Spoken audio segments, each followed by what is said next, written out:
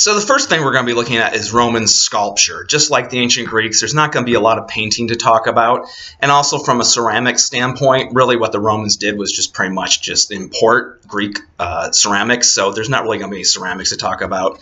The Romans kind of admitted that their art and architecture was not as great as the Greeks, so they really very heavily borrowed it. In fact, a lot of what we originally thought was Roman sculpture actually originally was Greek sculpture. But when we get to architecture, we'll see in just a second that the Romans really sort of excelled in engineering. So originally, art of the Roman Republic, sculpture focused on ancestors and also important figures, such as military commanders. So a lot of the early Republican sculpture we'll be looking at is basically just simply portrait busts. So the Romans sort of invented this idea of just sort of having a head all by itself.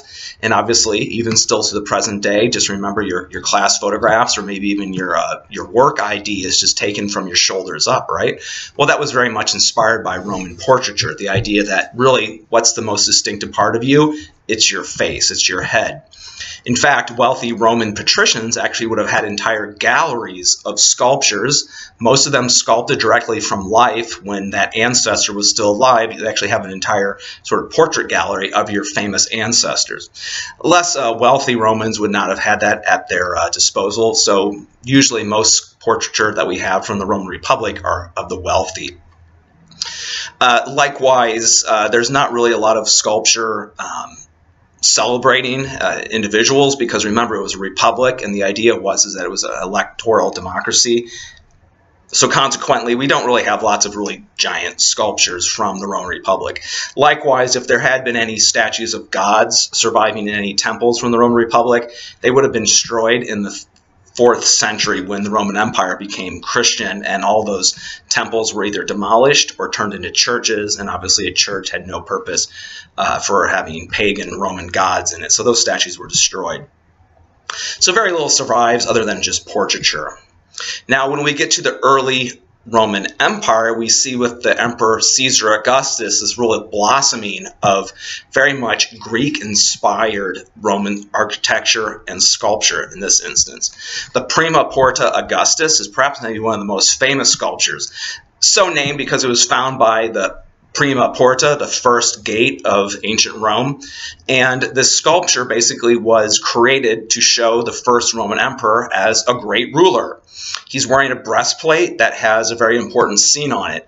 Back during the Civil Wars, a Roman dictator named Crassus had been defeated and his flags of his army had been captured by the Parthians. And when Caesar Augustus gained control of the empire, he actually went and forced a peace treaty with the Parthians. Hence, you can see on the breastplate of Augustus, you can see the flags being given back to the Roman army.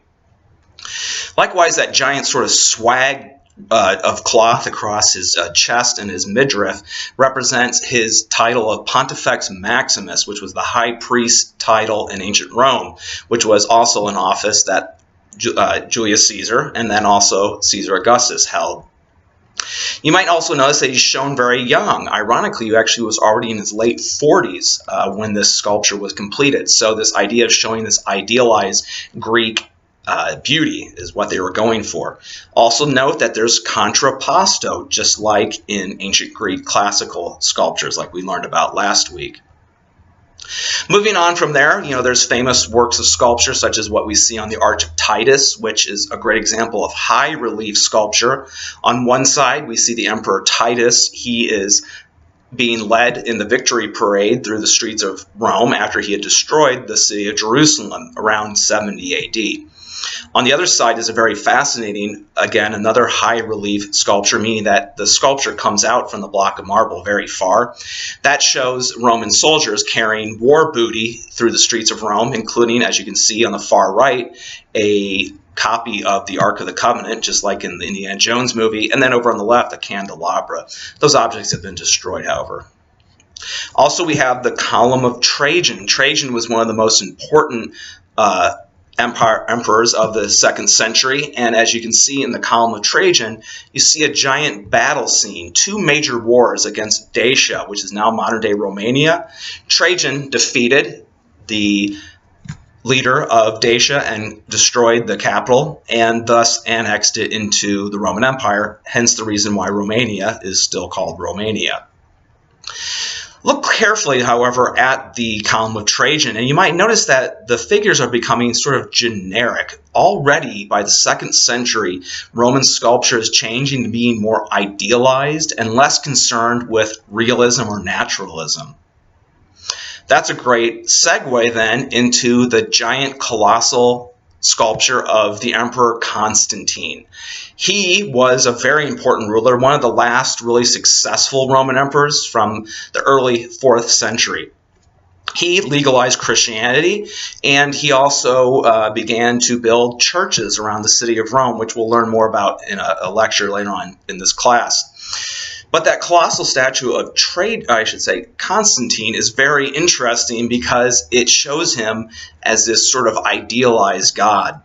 And as you might have noticed, there only are the hands, the arms, and the head surviving because, of course, he would have been covered with a toga, a royal and patrician dress that would have covered up most of his body. That's been destroyed because it was probably made out of ivory or brick. The only parts of the human body sticking out were actually made out of marble. And remember, of course, just like the Greeks, this all would have been very brightly painted with very simple colors. But you might notice that the Emperor Constantine has eyeballs, finally. Remember those earlier sculptures and portrait busts have these very blank eyeballs? Those would have been painted originally with pupils. But now they're carving in to kind of give a little bit of a shadow to give the idea of an eyeball. Also, you might notice he's looking up to the heavens, and that is a demonstration of the fact that he is in communication with the gods. Now, it's very interesting. We actually found 2 right hands when they excavated this giant statue. The first one was actually showing him holding a scepter, which had symbolized his divine authority. But when Constantine converted to Christianity, he no longer assumed himself to be a god like earlier Roman emperors. So consequently, the hand was actually changed to one that's pointing up. His index finger is pointing upwards to the heavens, reflecting that now the Christian God is the true ruler of the Roman emperor, and he is just simply his messenger on earth. As we go on, you might have actually already started to notice Roman sculpture is no longer concerned with realism or naturalism anymore, which was so important during the Roman Republic. Now it's very much more interested in just simply showing the Roman emperor as a special person.